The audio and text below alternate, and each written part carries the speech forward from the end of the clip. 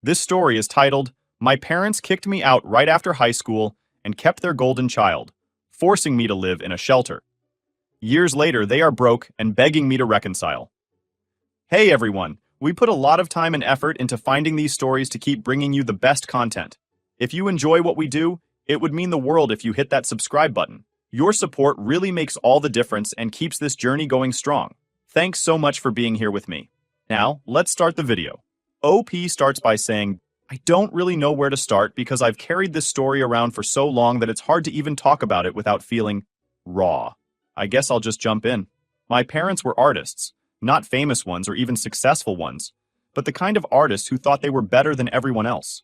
They lived for their craft, constantly painting, sculpting, or hosting little gallery nights where their equally broke friends came over to drink cheap wine and talk about how society didn't understand them. Growing up, I didn't just feel ignored. I felt like an accessory that didn't match their aesthetic. My parents made it pretty clear that they didn't want kids. They had me by accident, and they never let me forget it. My mom once joked to her friend during one of their wine nights that I ruined her body. I was maybe 10 at the time. She didn't even care that I was in the next room. My dad was no better. He'd talk about how much money kids cost and how he could have used it to buy new supplies for his studio. Real warm and fuzzy parenting, right? Things got worse when my brother Leo was born. He was the golden child from the start. My parents were obsessed with him. He was the perfect baby, the kind of kid who looked good in photos and always had adults cooing over him. It was like he became their living, breathing art project. They took him everywhere. Gallery openings, art fairs, even coffee shops where they'd sit for hours pretending to be deep thinkers. Me? I was left at home, usually with the TV as my babysitter. I don't even blame Leo. He was just a kid, and honestly, he didn't know any better. But the favoritism was so blatant that even strangers noticed. At one of their art showings, a lady asked my mom why I wasn't in any of the family photos on display. My mom just laughed and said, she's not very photogenic. That one stuck with me for years. It wasn't just the photos either. My parents would constantly criticize me, whether it was my weight, my clothes, or even the way I walked. My mom once told me I ruined the family's look because I was too awkward. I started avoiding mirrors because I hated what I saw, and I hated how they made me feel about myself. I wasn't pretty, I wasn't graceful, and I wasn't what they wanted. Leo, on the other hand, was everything they'd ever dreamed of. What hurt the most was how little they cared about my accomplishments. I wasn't a bad student.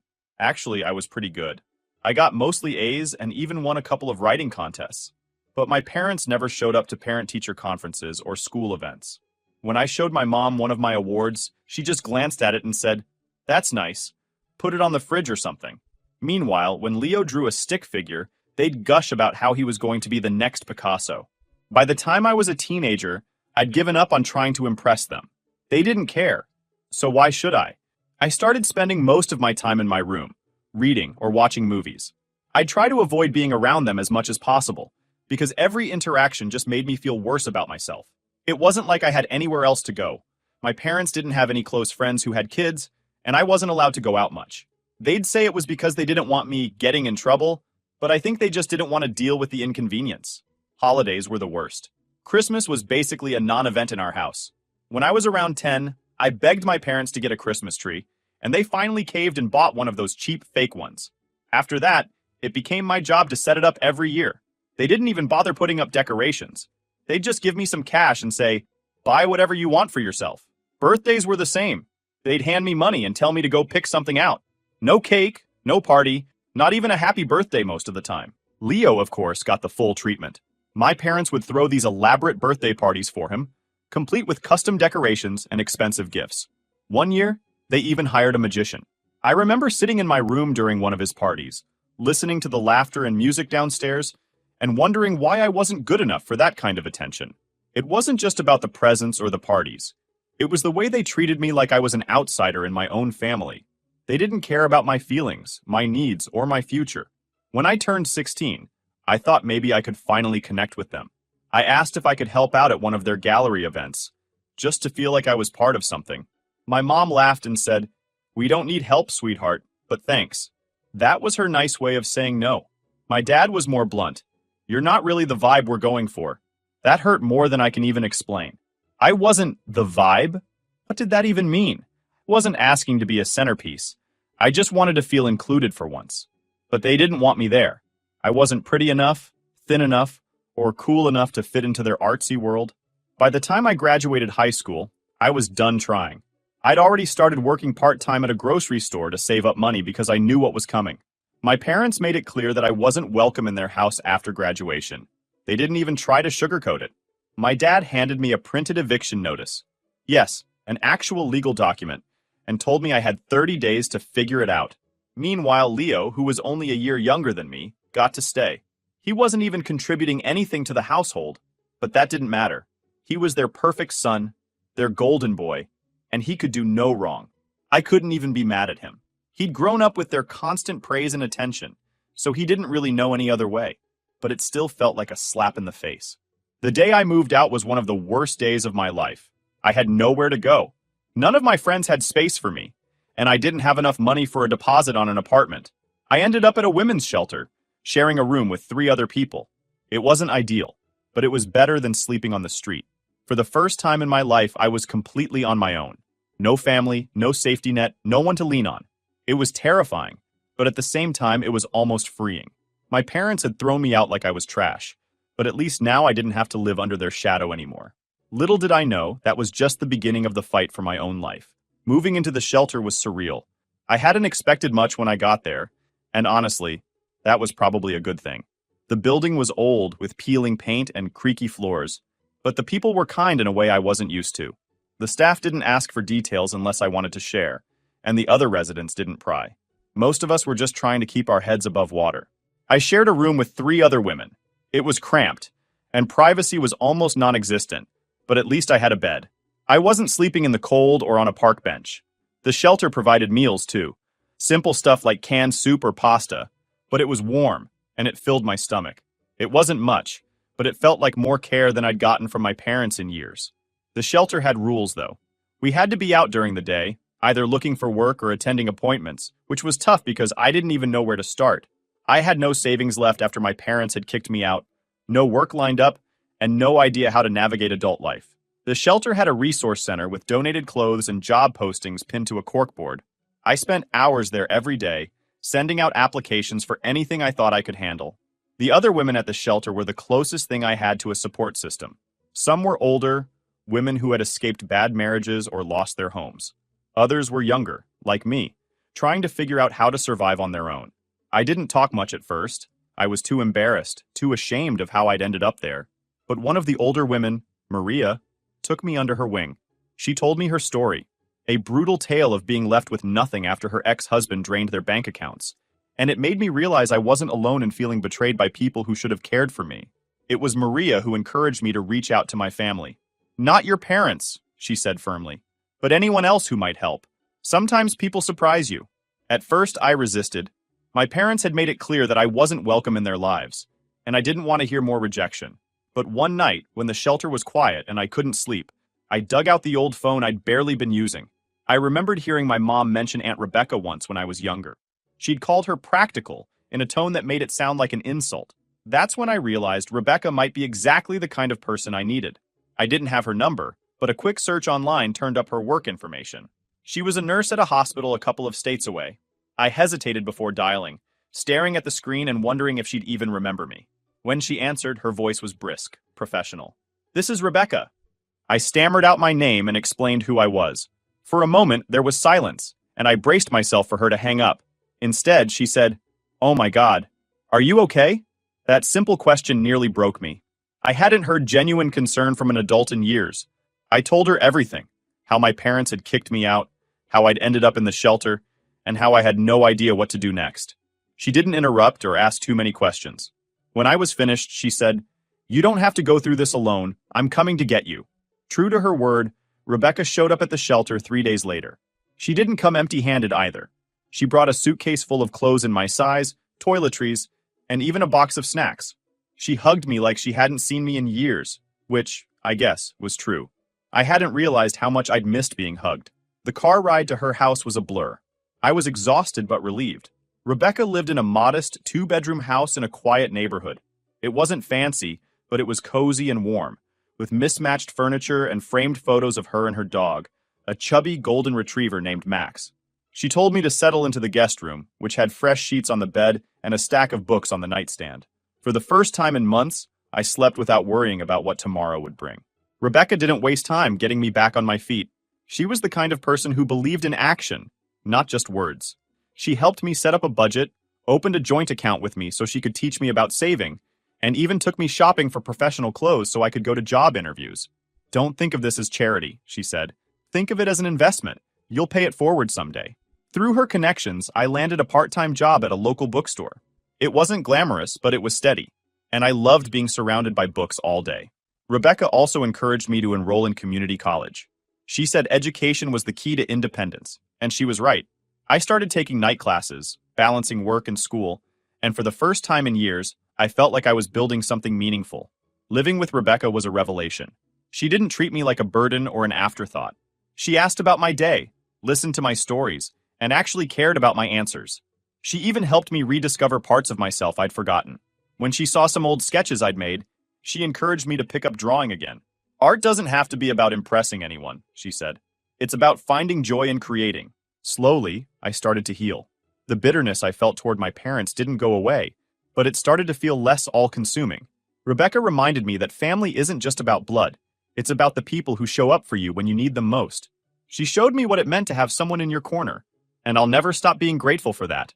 Life wasn't perfect, of course. Money was still tight, and there were nights when I'd sit in my room and cry because the weight of everything felt too heavy. But I wasn't alone anymore, and that made all the difference. With Rebecca's support, I started to see a future for myself, one where I wasn't defined by my parents' neglect or their obsession with their golden child. I didn't know exactly where I was going, but for the first time in a long time, I felt like I was moving forward. Life with Aunt Rebecca was different in every possible way from what I was used to. For starters, she had routines. There were specific days for grocery shopping, doing laundry, and even taking Max, her golden retriever, to the park. At first, it felt strange. My parents had always lived in chaos, with no schedule other than their endless, artistic inspiration sessions. But soon, the rhythm of Rebecca's life started to make me feel safe. I could count on things happening when she said they would, and that kind of stability was something I'd never had before. One of the biggest challenges was adjusting to being treated like an equal. Rebecca didn't see me as a burden or someone to be pitied. She respected my opinions and gave me responsibilities around the house. At first, I thought it was just her way of being polite, but then I realized she genuinely trusted me. She taught me how to cook, helped me set up my own bank account, and even let me pick out the color for repainting the guest room, which she said was now my room. It was small, but it felt like mine in a way no other space ever had. The bookstore job was another step toward independence. It was a quiet place, tucked away in a corner of town, and it smelled like old paper and wood polish. My boss, Linda, was a kind but no-nonsense woman who loved recommending books to anyone who walked in. She took a liking to me right away, and often called me her little protégé, even though I wasn't doing anything special, just shelving books, working the register, and helping customers find titles. Working there made me realize how much I loved books, not just as a way to escape, but as a way to connect with the world. Customers would come in with all kinds of stories, looking for books to help them through breakups, grief, or even just boredom. I started keeping a notebook of the titles people recommended, and over time, I built a small library for myself. I didn't have much money, so most of my books came from the clearance shelf or were gifts from Linda, who always seemed to find excuses to accidentally overstock something I'd mentioned wanting to read. Community college was harder. I hadn't been in a classroom for a while, and I wasn't sure I could keep up. My first class, Intro to Psychology, was a disaster. I showed up late, forgot to bring a notebook, and couldn't answer a single question when the professor called on me. I left that day feeling like a failure, convinced I wasn't cut out for higher education. But when I got home, Rebecca sat me down at the kitchen table and helped me come up with a plan. "You're not failing," she said. "You're learning. And that's the whole point." Rebecca's words stuck with me. Slowly but surely, I found my footing. I figured out how to organize my time, take notes, and even participate in class discussions. By the end of the semester, I wasn't just passing. I was thriving. I loved learning, and I realized I wanted to keep going. I wasn't sure what I wanted to major in yet, but the idea of having a future, one I could shape for myself, was exhilarating. One of the most surprising things about that time was how much support I received from people outside my immediate circle. Linda would let me take extra shifts when I needed more money, and some of the women from the shelter even stayed in touch, cheering me on from afar. It was like I'd stumbled into this network of kindness and encouragement that I'd never known existed. Not everything was smooth sailing, though. There were moments when the weight of everything, my past, my family, my uncertain future, would hit me all at once. I'd sit in my room, staring at the walls, and wonder if I was ever going to be enough. Was I really capable of building a life for myself? Did I deserve it? Those thoughts were hard to shake, and sometimes they'd keep me up at night. Rebecca always seemed to know when I was struggling, even if I didn't say anything. She had this uncanny ability to check in at just the right time, usually with a cup of tea or a plate of cookies. You don't have to do this all at once, she'd remind me. One step at a time. That's how you climb a mountain. It became a kind of mantra for me, something I'd repeat to myself on the tough days. As I settled into this new chapter of my life, I started thinking about my parents less and less. They hadn't reached out since kicking me out, and honestly, I didn't expect them to. I wasn't part of their world, and I didn't want to be. But Leo was a different story. Every now and then, I'd wonder what he was up to. Did he ever think about me? Did he even notice I was gone? I thought about reaching out to him, but something always stopped me. Maybe it was fear, or maybe it was the nagging feeling that I wouldn't like the answers I got. One day, while organizing some of Rebecca's old photo albums, I found a picture of her and my mom from when they were kids. They looked so different from the people I knew. Happy, carefree, and inseparable. It made me wonder what had gone wrong between them. Rebecca didn't talk about my mom much, but I could tell there was a lot of hurt there. She wasn't always like this, Rebecca said when I asked. Your mom had a lot of dreams, and when they didn't pan out, she took it out on everyone else. That explanation didn't make me forgive my mom, but it did make me see her in a different light. She wasn't some untouchable figure. She was just a flawed, fragile person who didn't know how to handle her failures.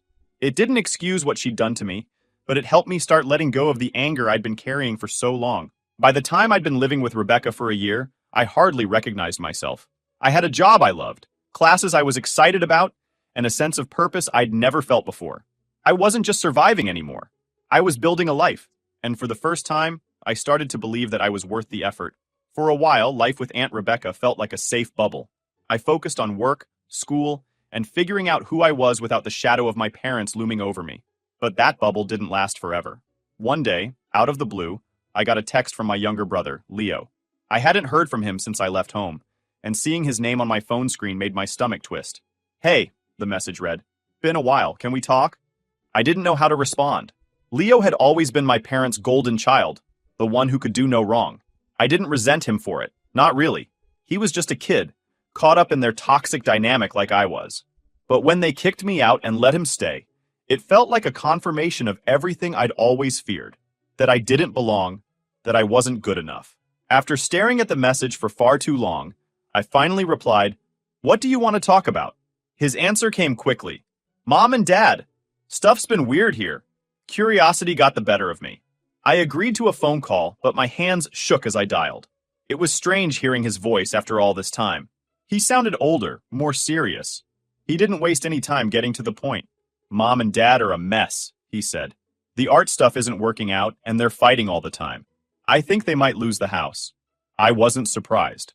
My parents had always been terrible with money, pouring everything they had into their art while ignoring practicalities like bills and savings. But what caught me off guard was the way Leo talked about it.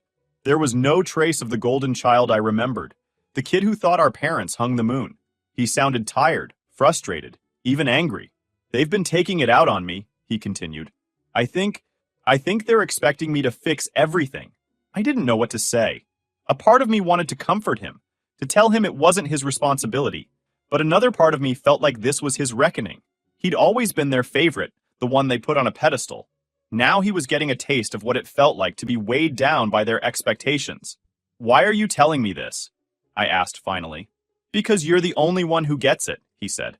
"I don't have anyone else to talk to." That hit me harder than I expected. For all their favoritism, my parents had failed Leo too. They'd never taught him how to be independent or how to navigate the real world. They'd only ever cared about how he made them look. And now that their lives were falling apart, they were dragging him down with them. Over the next few weeks, Leo and I started talking more. He told me about the fights, the debt, and how our parents were trying to pressure him into helping them sell their art online. They'd even suggested he quit school to focus on the family business. It sounded eerily familiar, like a twisted echo of the life I'd left behind. But as much as I felt for Leo, I couldn't let myself get sucked back into their drama. I had worked too hard to build a life for myself, and I wasn't about to let them drag me down again. When he asked if I could help, I told him the truth. I can't. They made their choices, and they have to deal with the consequences. Leo didn't take it well. He accused me of abandoning him, of being selfish. It hurt, but I stood my ground. You're not a kid anymore, I told him. You have to decide what kind of life you want. Don't let them make that choice for you. Our conversations became less frequent after that. I missed him, but I knew I'd done the right thing. My parents had already taken so much from me. I couldn't let them take more. Then one day, I got a call from Aunt Rebecca while I was at work. Her voice was tense. Your parents showed up at my house, she said. My heart sank. What? Why? They said they were looking for you. They wanted to reconnect. Her tone made it clear she didn't buy their story. I felt a mix of anger and panic. I hadn't told my parents where I was living, and I couldn't believe they'd stoop to dragging Rebecca into their mess. What did you tell them? I asked. I told them to leave and not come back, she said firmly. But I think you should be prepared. They're desperate. Desperate. That word stuck with me. It explained everything. Their sudden interest in me, their attempts to use Leo, even their willingness to show up at Rebecca's door uninvited. Their world was crumbling, and they were grasping at straws. I decided to take action before they could make things worse. I got new locks for the house and set up security cameras, something Rebecca insisted on helping with. They're not going to bully their way into your life again, she said. Sure enough, a few days later, my parents tried to contact me. First, it was a string of emails filled with flowery language about family ties and starting fresh. When I didn't respond, the tone shifted. They accused me of being ungrateful, of abandoning them in their time of need.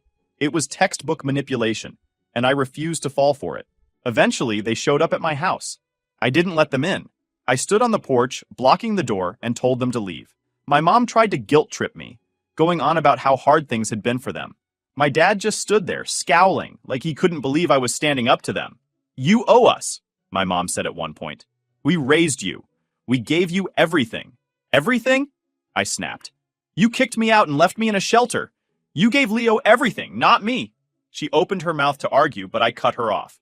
I don't owe you anything. Now get off my property before I call the police. They left, but not before my mom gave me one last parting shot. You'll regret this. Family is all you have. But that wasn't true. I had Rebecca. I had the friends I'd made at work and school. I had myself. Family isn't about blood. It's about who shows up for you. And my parents had never shown up for me. As I watched them drive away, I felt a strange mix of sadness and relief. Part of me wished things could have been different, that they could have been the parents I needed. But another part of me knew that letting them go was the only way to move forward. I had built a life without them, and I wasn't about to let them tear it down. After the confrontation with my parents on the porch, I thought I was done with them. I'd made my boundaries clear, and for a while it seemed like they were going to respect that. Weeks went by without any contact from them. I threw myself into work and school, grateful to get back to my routines without the weight of their drama hanging over me. But deep down, I knew it wasn't over. My parents were nothing if not persistent when they wanted something. The first sign came in the form of a letter. It wasn't handwritten, just a plain, typed sheet of paper, folded neatly in an envelope. My name and address were printed on the front. No return address. I almost didn't open it, but curiosity got the better of me. Inside was a single page filled with formal language, telling me they intended to reclaim their connection with me and repair the family bond. It read like something they'd copied off the internet, as if they were trying to appeal to some higher sense of morality. At the bottom, both of them had signed their names in a scrawl that felt as fake as the sentiment. I crumpled it up and tossed it in the trash. They didn't want to reconnect. They wanted something from me. That much was obvious. Aunt Rebecca wasn't surprised when I told her about the letter. They're running out of options, she said. Don't let them guilt you into anything. You've worked too hard to get where you are. She was right, of course. But that didn't stop the anxiety from creeping in. I started double-checking the locks on my doors, making sure the cameras were working. Every time I left the house, I half expected to find them waiting for me when I came back. I hated that they had this power over me, that even after everything, they could still make me feel like a scared, helpless kid.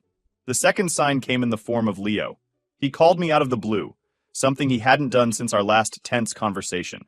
I debated whether to answer, but finally picked up. His voice was quieter than usual, almost hesitant. Hey, he said.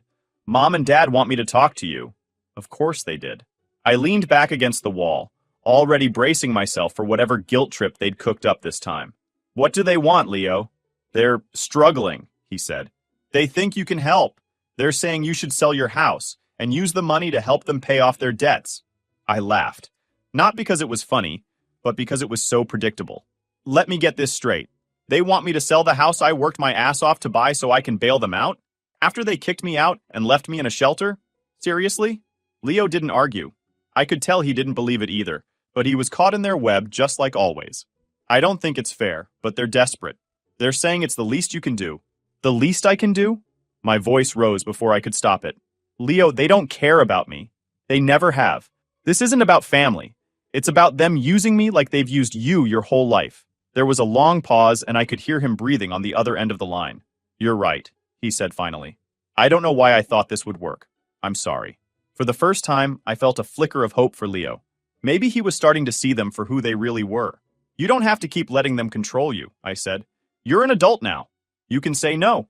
"I don't know if I'm ready for that," he admitted, "but I'll think about it." It wasn't much, but it was a start. The final straw came a few weeks later. I came home from work one evening to find a moving van parked in front of my house. My stomach dropped as I saw my parents standing on the porch, their arms crossed like they were waiting for me. I didn't even bother getting out of the car. Instead, I grabbed my phone and called the police. When the officers arrived, my parents tried to play the victim. My mom started crying, saying I'd invited them to move in and then changed my mind. My dad stood there, arms folded, claiming they had a verbal agreement with me. I stayed calm, explaining that they were trespassing and that I had no intention of letting them stay. Thankfully, the cameras I'd installed caught everything. Their arrival, their attempts to break in, even their argument on the porch about whether I'd actually let them in. The footage shut down their lies in an instant.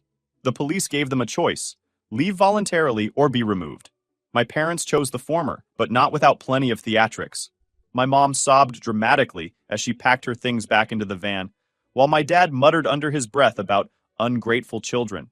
I watched from the window, feeling a strange mix of anger and relief. This was the last time they'd ever try to worm their way back into my life. After they left, I changed all the locks again, even though they hadn't gotten inside. Rebecca came over that weekend to help me install new cameras and reinforce the windows. "You've done everything right," she said. "They're grasping at straws now." But even with her reassurance, I couldn't shake the lingering fear. What if they tried something else? What if they never gave up?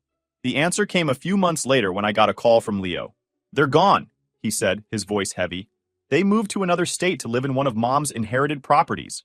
I think they've finally given up on you." Hearing that felt like a weight lifting off my chest. For the first time in years, I felt free. I wasn't looking over my shoulder anymore, waiting for the next crisis to hit. My parents were out of my life, and I intended to keep it that way. These days, I focus on the things that matter: my job, my classes, and the future I'm building for myself. Rebecca is still my rock, always there to offer advice or just listen when I need to vent. Leo and I are slowly rebuilding our relationship, though it's complicated. He's still tied to our parents in ways I'm not, but I hope he'll find his own way out someday. As for my parents, I don't think about them much anymore. They made their choices, and I've made mine. They may have tried to define me as the problem child, the one who didn't fit their mold, but I've proven that I'm so much more than that. I've built a life for myself, a real life, full of people who love and support me, and that's something they can never take away.